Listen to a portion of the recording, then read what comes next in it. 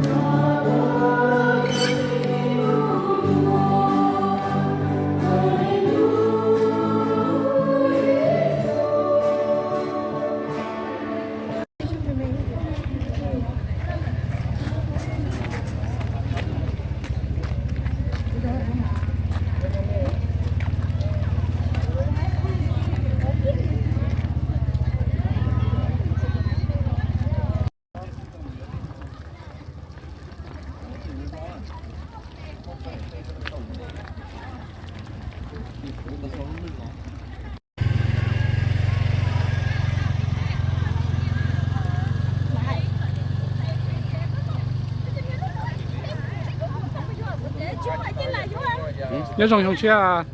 cây liếc mà cây liếc mà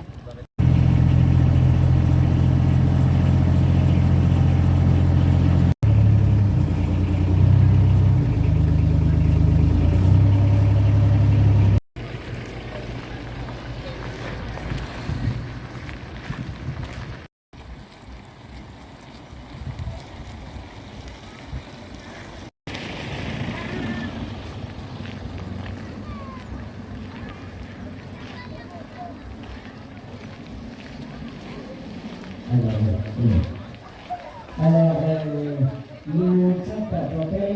chỉ cái đến sẽ là do cái tiền này là sẽ là nó thấy có cho nên là sẽ là cái tủ sống hay nó ít biết số nó cái do lửa hay là do lửa xưa lửa trước tại thằng cái để chỉ cái đến sẽ là do này mùa tháng đầu cả là để khó chơi nên là họ là dây cái cuộc sống hay là kia những kia số nó cái người khác này làm cái này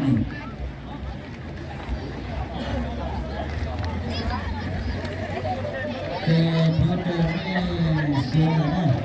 mình chỉ sẽ làm nó từ đầu cái gì giá xe là tạo ra một trái đất là cái nơi ta bảo là thì sau đó cái lợi ích cho sau là cái sự kiện cho họ cái sản gì nó sử dụng cái loại sản phẩm thôi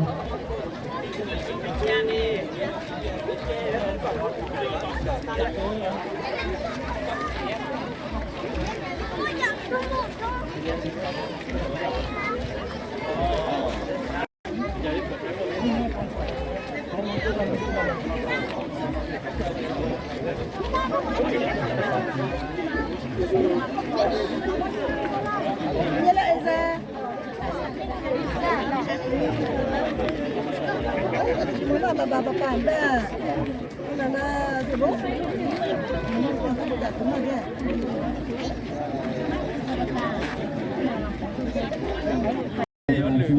cái một số quán trong lịch cơ chế thế thì có mà nó có một tí cũ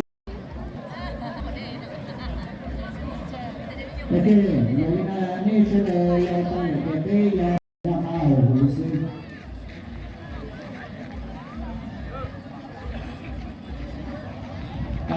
sẽ là nó ở đây là cả xe đấy đây là tí đó mà qua cái này cái lịch sử nó cho một ta từ lắm nó chỉ có cuối mà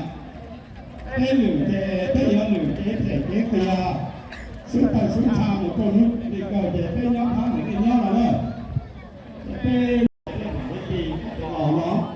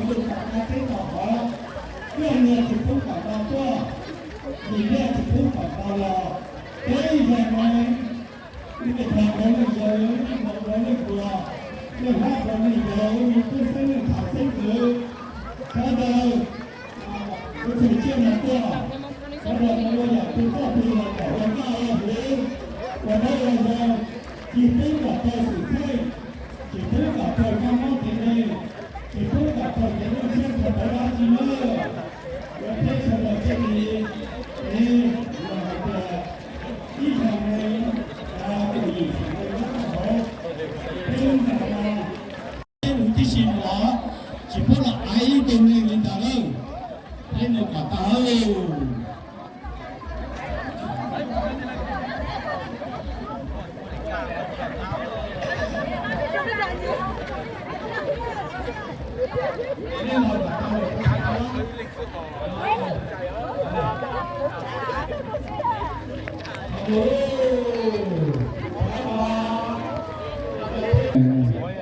Đầu biết chọn biết gì cũng gì mấy mà không biết.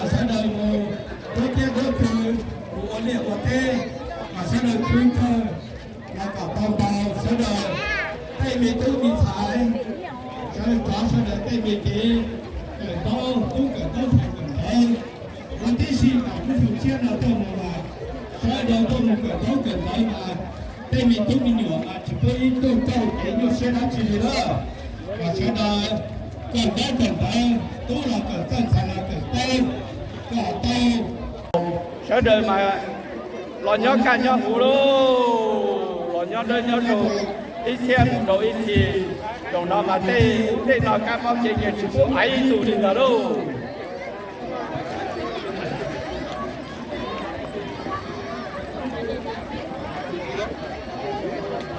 Có chỉ lòng ai, bây giờ chỉ sao cái thao xe đấy, giờ tiệc cái thao xe nhá, có lý chơi, có dâu mồ, có lý thở, đây một câu lý cỡ, cái thao xe nhá có lý kho, dâu có lý thọ, đây dâu lý do, có đây kế bây giờ, mà một có trôn hút dâu lý cỡ một lần ra, một lần tôi tăng cái tên tỏ khó.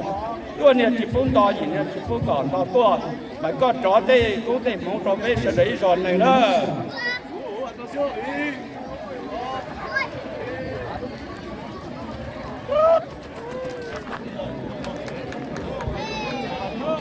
Một tê à, ra luôn. Cái này mà